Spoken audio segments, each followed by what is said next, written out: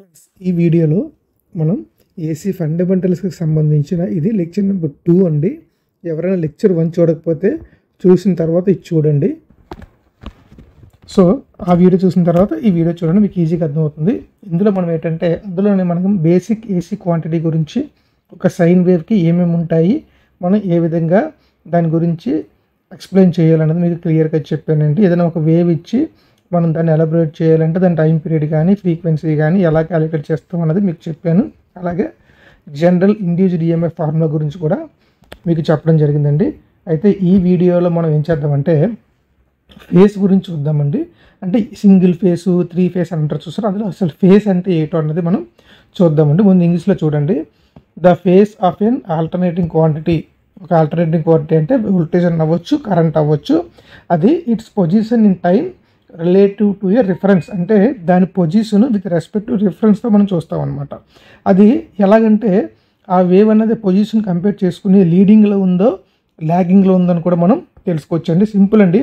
ఒక వికల్ప ప్రవాహ పరిమాణం అంటే ఏసీ వోల్టేజ్ కానీ కరెంట్ కానీ దాంట్లో ఫేస్ అంటే దాని దశ అండి. దాని దశ అనేది దాని కాలపరంగా స్థానం సూచిస్తుంది. అంటే ఒక టైం రిఫరెన్స్, ఒక రిఫరెన్స్ పాయింట్ తీసుకుని అది ముందుందా ఆ రిఫరెన్స్ పాయింట్కి వెనకాలకు ఉందని మనం తెలుసుకోవచ్చు అండి. సాధారణంగా దాన్ని డిగ్రీలో కొలుస్తారు. ఫేస్ని సాధారణంగా డిగ్రీలు లేదా రేడియన్స్లో కొలుస్తారండి.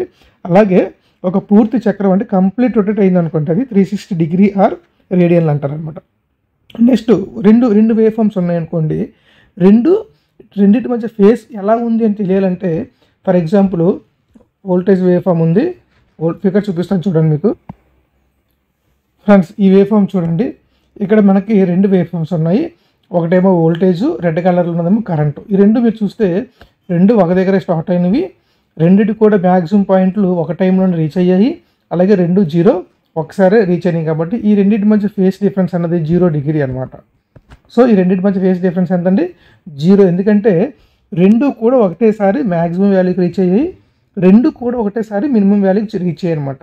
సో దీన్ని మనం ఈ రెండింటి మధ్య ఫేస్ డిఫరెన్స్ మనం 0 అంటాం. ఇక్కడ ఫేస్ అన్నది మనం ఏంటంటే ఈ 0 రిఫరెన్స్ దగ్గర మనం తీసుకుంటున్నాం అనమాట. సో ఇక్కడ చూడండి, 2 వేవులు ఒకేసారి గరిష్టానికి చేరితే దాన్ని ఇన్ఫేస్ అంటారు. అంటే ఇన్ఫేస్ అంటే ఏం లేదు, రెండు ఒక్కసారే మ్యాక్సిమం వాల్యూకి రీచ్ అయ్యి అనుకోండి, దాన్ని మనం ఇన్ఫేస్ అంటాం.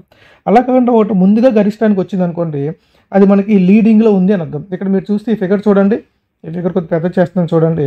ఈ రెండింటిలో మీరు చూస్తే ఈ 0 రెఫరెన్స్ దగ్గర చూసుకున్నారు అనుకోండి. ఫర్ ఎగ్జాంపుల్ కరెంట్ ఎంత ఉందండి? 0 డిగ్రీ ఉంది, 0 దగ్గర ఉంది. ఇక్కడ చూస్తే వోల్టేజ్ ఆల్రెడీ సమ్ వాల్యూ ఉందన్నమాట. అంటే ఈ రెండింటి మధ్య ఫేస్ డిఫరెన్స్ అంతా 5. రెండింటి మధ్య ఫేస్ డిఫరెన్స్ అంతా 5 అనే యాంగిల్ ఉంది. అంటే omega tea is equal to 5 అనమాట. ఇక్కడ time period T is equal to ఏమవుతుందండి? 5/ఒమేగా. అంటే ఇక్కడ టైం ప్లేస్లో 5/ఒమేగా చేశారు. కానీ యాంగిల్ తీసుకుంటే మనకి omega tea is equal to 5, angle 5. కానీ టైం పీరియడ్ చూసుకుంటే 5/ఒమేగా అనమాట. అంటే ఇక్కడ మీరు చూసినట్లయితే ఇక్కడ ఫర్ ఎగ్జాంపుల్ ఇది ఇక్కడ స్టార్ట్ అవుతుంది, వోల్టేజ్ అనేది ఇక్కడ స్టార్ట్ అవుతుంది, కరెంట్ అన్నది వోల్టేజ్ స్టార్ట్ అయిన 5 డిగ్రీ తర్వాత కరెంట్ స్టార్ట్ అవుతుంది. కాబట్టి సో కరెంట్కి +5 యాడ్ చేస్తే వోల్టేజ్ వస్తుంది అనమాట. ఇక్కడ మన రిఫరెన్స్ ఫర్ ఎగ్జాంపుల్ కరెంట్ తీసుకున్నాం అనుకోండి, Vm sin ωt అని కరెంట్ రిఫరెన్స్ తీసుకుంటే, ఈ blue colour wave form reference తీసుకుంటే కరెంట్ వేవ్ ఫామ్ కాదండి, ఇది వోల్టేజ్ వేవే. సో ఈ వోల్టేజ్ వేవ్ని మనం రిఫరెన్స్ తీసుకుంటే ఈ రెడ్ కలర్ వోల్టేజ్ వేవ్ ఎలా ఉంటుందండి? Vm sin ఇది 0 దగ్గర స్టార్ట్ అవుతే ఇది +5 దగ్గర స్టార్ట్ అవుతుంది. అంటే ωt +5 దగ్గర స్టార్ట్ అవుతుంది. అంటే ఎలాగుంది ఇక్కడ మీరు చూస్తే ఈ రెడ్ కలర్ వేవ్ ఫామ్ అన్నది ఈ బ్లూ కలర్ వేవ్ ఫామ్ కన్నా ముందుగా ఉందన్నమాట. దీన్నే మనం లీడింగ్ అంటారు. అంటే ఈ red colour wave form leads ఈ blue colour wave form by 5 degree అనమాట. ఓకే, ఆ 5 డిగ్రీ ఇది 5. అదే మనం టైం పీరియడ్లో కావాలంటే 5/ఒమేగా అవుతుంది. అలాగే ముందు ఫర్ ఎగ్జాంపుల్ ఇక్కడ మనం ఈ రెడ్ కలర్ వేవ్ లీడింగ్లో ఉంది అంటే ఈ red colour wave blue colour కన్నా ముందు ఉంది అంటే దాని అర్థం ఏంటండి? ఈ blue colour wave red colour కన్నా వెనకాల పడి ఉంది. అంటే బ్లూ కలర్ వేవ్ ల్యాగింగ్లో ఉంది, అలాగే రెడ్ కలర్ వేవ్ లీడింగ్లో ఉంది. సింపుల్గా చెప్పాలంటే అదే మనకి ఫేస్ డిఫరెన్స్ వచ్చేసరికి ఉంటుందండి. మీరు ఇంగ్లీష్లో చూస్తే ఈ 2 వేవ్స్ రీచ్ దేర్ మ్యాక్సిమం అంటే రెండు waves taluka maximum at the same time. 2 wave forms కూడా మ్యాక్సిమం వాల్యూ ఒకటే టైంలో రీచ్ అయితే ఇన్ఫేస్ అని. If one wave reaches it's maximum before the other అంటే రెండో వేవ్ కన్నా ముందుగా ఒక వేవ్ కనుక మ్యాక్సిమం వాల్యూ రీచ్ అయితే దాన్ని లీడింగ్ అని అంటామండి. Next it reaches after lagging, అంటే ఒకవేళ ఇట్ రీచెస్ ఆఫ్టర్ అంటే మొదటి వేవ్ రెండో వేవ్ తర్వాత రీచ్ అయింది అనుకోండి మ్యాక్సిమం వాల్యూకి, దాన్ని లాగింగ్ అంటాం అనమాట. అది వోల్టేజ్ అవ్వచ్చు, కరెంట్ అవ్వచ్చు, వోల్టేజ్ లీడ్స్ కరెంట్ అవ్వచ్చు, లేదా కరెంట్ లీడ్స్ వోల్టేజ్ అవ్వచ్చు అనమాట. ఇక్కడ మీకు ఫిగర్లో ఏంటంటే జస్ట్ 2 వోల్టేజ్ వేవ్ ఫామ్స్ తీసుకున్నారండి. దీన్ని మీరు కావాలంటే కరెంట్ అనుకోవచ్చు, I=Im sin ωt అని కూడా అనుకోవచ్చు అనమాట. ఇదండి మెయిన్ ఫేస్ డిఫరెన్స్ మధ్య ఉన్న డిఫరెన్స్ అనమాట. నెక్స్ట్ కమింగ్ టు చాలా ఇంపార్టెంట్ అండి.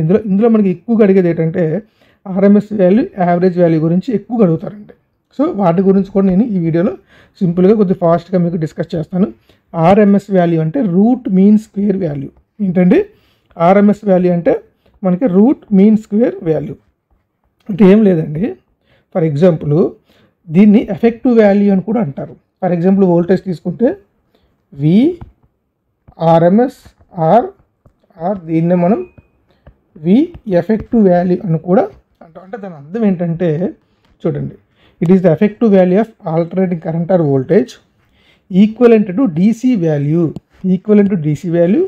That produces the same heat in a resistor. చాలా సింపుల్గా చెప్తాను చూడండి. ఫర్ ఎగ్జాంపుల్ ఒక రెసిస్టర్ ఉందండి. ఒక రెసిస్టర్ నేను ఏం చేశానంటే ఫస్ట్ V అనే వోల్టేజ్ అప్లై చేశాను. V అనే చాలా జాగ్రత్తగా చూడండి, V అనే DC వోల్టేజ్ అప్లై చేశాను. ఇక్కడ R అనే ఒక రెసిస్టర్ ఉంది. ఈ రెసిస్టర్ ఎప్పుడైతే వోల్టేజ్ అప్లై చేసామో ఇందులో మనకి ఏంటంటే కరెంట్ ఫ్లో అవుతుంది.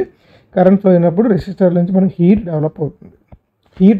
ఫర్ ఎగ్జాంపుల్ ఇది డెవలప్ అయిన హీట్, ఫర్ ఎగ్జాంపుల్ ఇది ఒక 100 వాట్ హీట్, 100 వాట్ పవర్ అన్నది మనకి డిసిపేట్ చేస్తుంది అనుకోండి.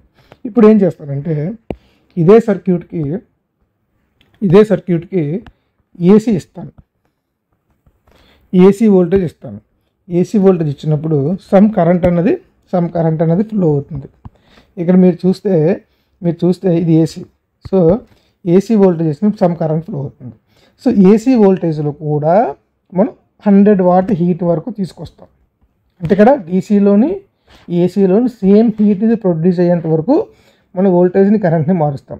సో ఎప్పుడైతే ఈ 100 వాట్ అంటే ఏసీలో 100 వాట్ డిసిపేషన్ రీచ్ అయిందో ఆ టైంలో ఎంతైతే కరెంట్ ఉందో దాన్నే IRMS అంటారు.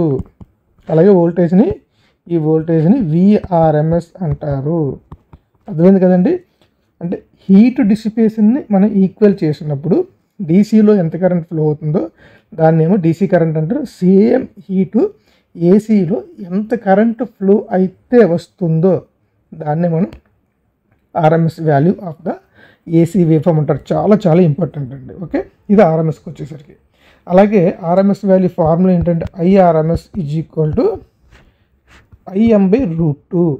ఇది డెరివేషన్ మనకు అవసరం లేదండి, కావాలంటే మన పాత వీడియోలో డెరివేషన్ కూడా ఉంటుంది చూడండి. అలాగే వోల్టేజ్ VRMS Vm/√2. ఓకే, ఈ రెండు ఇంపార్టెంట్ ఫార్ములాస్ ఉంటాయి. ఇప్పుడు హీట్ని ఎలా మనం కంపేర్ చేస్తూ RMS value of voltage, RMS value of current మనం కనుగొన్నాము. అలాగే ఇక్కడ మనం యావరేజ్ వాల్యూ కూడా అలాగేనండి.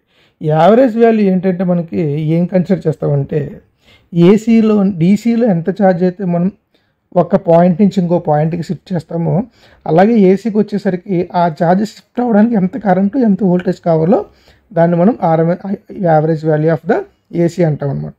అక్కడ మనం ఏం చేసామంటే హీట్ని ఈక్వల్ చేసి ఇక్కడ ఛార్జ్ని మనం కంపేర్ చేసుకొని డెరివేషన్ అనేది చేయడం జరుగుతుందండి. నెక్స్ట్ అలాగే యావరేజ్ వాల్యూ ఫార్ములా ఏంటంటే I యావరేజ్ అంటే 2Im/π, అలాగే V యావరేజ్ అంటే 2Vm/π అనమాట. ఈ రెండు కూడా మనకి average value of the AC quantity. అలాగే ఇప్పుడు మీకు చెప్పిన యావరేజ్ వాల్యూ RMS వాల్యూ కూడా ఫుల్ వేవ్కి మాత్రమే.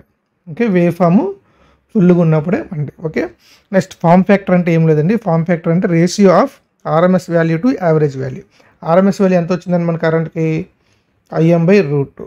యావరేజ్ వాల్యూ ఎంత వచ్చిందండి 2Im/π. సో దీన్ని మనం సాల్వ్ చేస్తే ఏమవుతుందండి Im క్యాన్సిల్ అయిపోద్ది. పైకి వెళ్తే π/2 × 1/√2 అంతే కదండి. Im/√2 2Im/π. పైకి వెళ్తే π/2 అవుతుంది. సో దీన్ని మనం సాల్వ్ చేసాం అనుకోండి π/2√2 ఎంత వస్తుందండి 1.11 అనమాట. ఇది మనకి ఆర్ఎంఎస్ వాల్యూ. జస్ట్ మీకు చూడండి ఫార్ములా కూడా చూపిస్తాను. ఇదిగోండి ఫామ్ ఫ్యాక్టర్ అంటే IRMS by I average or VRMS by V average. Sine వేవ్కి ఏమవుతుందండి form factor IM/√2/2IM/π π/2√2 that is equal 1.11. అలాగే పీక్ ఫ్యాక్టర్ అంటే ఫార్ములా ఏంటంటే ఫామ్ ఫ్యాక్టర్ అంటే IRMS by I average value.